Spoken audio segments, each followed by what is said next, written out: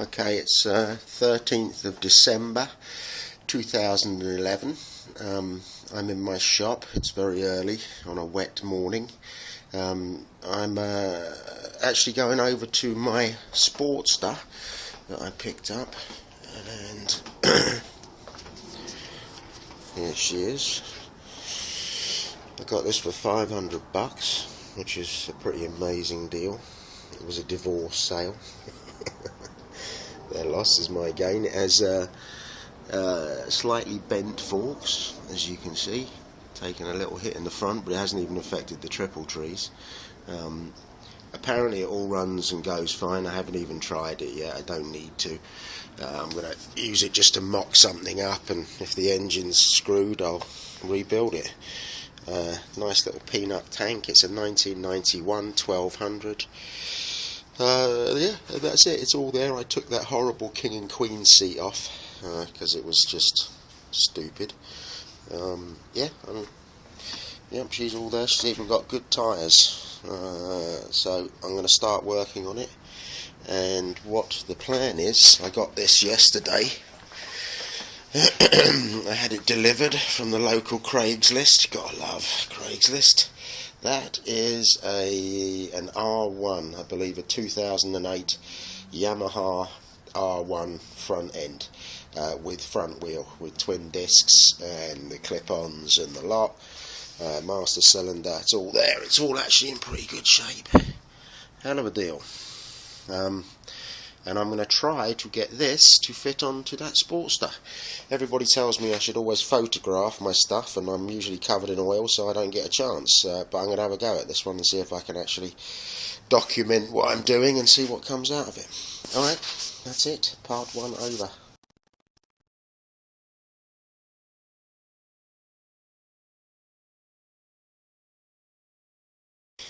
Okay, Sportster is up on a stand, and I have removed the front end and anything applicable to the front end.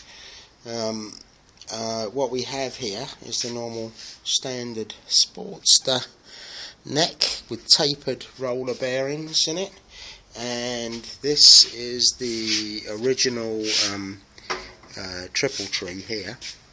That's the Sportster one. And that is the R1000 Yamaha triple tree. Obviously much bigger 45mm forks. I believe they're 45. Now what I have to do is we have one inch spindle here, and the ID on these bearings is 1 inch, and they're taper roller bearings. This thing has round roller bearings, which are these here. Obviously not applicable. I have to match the races in the head, I believe. So what I'm going to try and do is machine this down.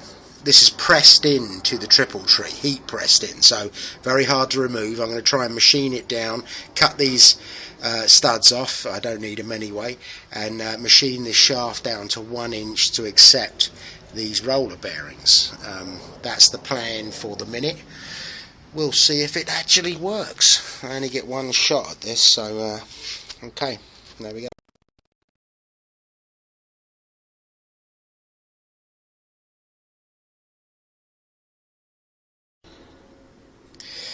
Okay, here we are back at the Sportster, up on the stand. The front end is removed, and there is the original triple tree setup. And what I have done is I've put the R1 triple tree setup into the lathe. Here it is. I don't know if you can see it. It's all a bit, in fact it's all highly dangerous. I will be wearing my protective gear in case anything comes flying off, but basically there it is. There's the shaft. It's actually much longer than, well, maybe 1.5 inches or 2 inches longer than the original. So what I have to do is the OD of this is the bottom race for the original Yamaha R1000 neck bearing, which is a round bearing, and the Sportster has taper bearings on it. So I'm going to get the Sportster ones. Obviously I'm using the neck that's on the Sportster, so I'm getting the Sportster ones to fit this spindle. It's an aluminum spindle, probably 6061 or something, pretty hard stuff, but the original Harley spindle is steel that was pressed into the aluminum triple trees. This is also heat pressed in, so I cannot remove it to not without doing too much damage to actually machine it. So I've got to actually clamp in the top triple tree. The same thing with the bottom, the very bottom race. I could bash it off, you know, but it's better for me to try and machine it off. In fact, I'm going to try to machine it so I just take the radius off and I leave the steel collar on, because this neck is longer anyway, and it gives me a little bit of clearance between the bottom triple tree and the neck of the Sportster. So when the taper bearing sits on top of this little steel shoulder, so I'm going to try and get rid of this this whole little piece here, flatten this out, then this gets machined down to 1 inch, which is what it's about 1.25 at the moment. This is about 1.55 OD. So once I get this steel machined down, then I can get into the aluminum and fine finish it to 1 inch. Same thing with the other end here. This probably 2 inches of it will be a 1 inch, which is to pick up the top bearing for top Harley bearing. This can all be relieved just slightly lower than that, and then this whole column is actually hollow.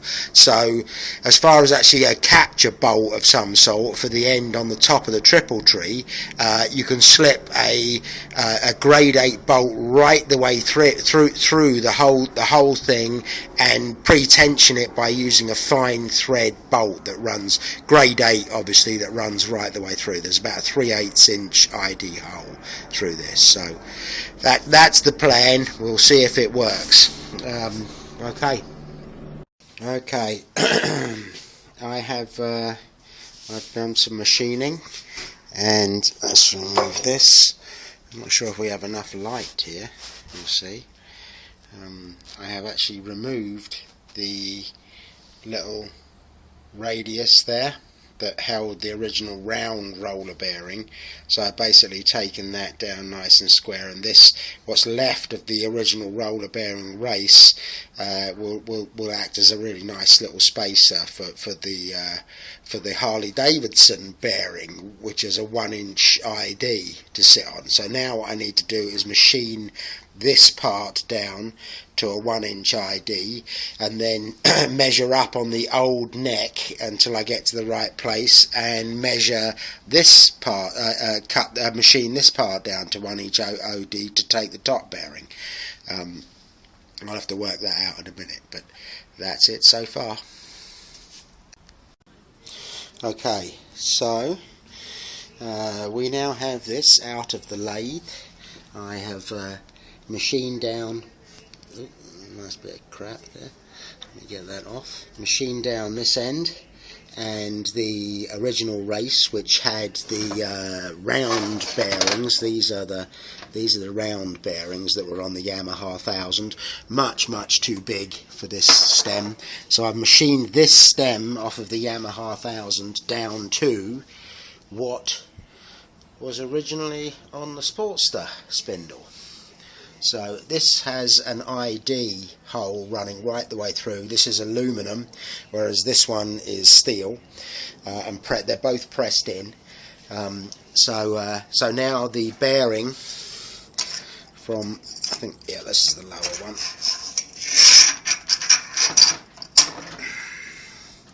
That now sits. I ground the 2 bumper stops,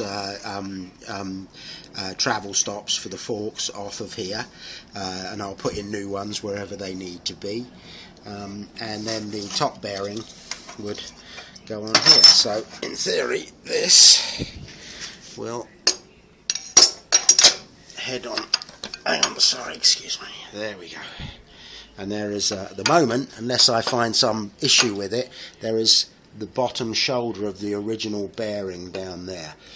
there's plenty of left out of the top here for me to work out some sort of capture system. I think there's going to be two. I'm going to cut a thread into the main shaft here to for a fine adjustment and preload the bearings, and then I'll put a bolt running right the way through, a hardened bolt as a safety on the thing, so it's going to have a built-in redundancy. Not nice when your front end falls off on the freeway. So there we go, that's the start of that, and this tab is now redundant and needs to come off.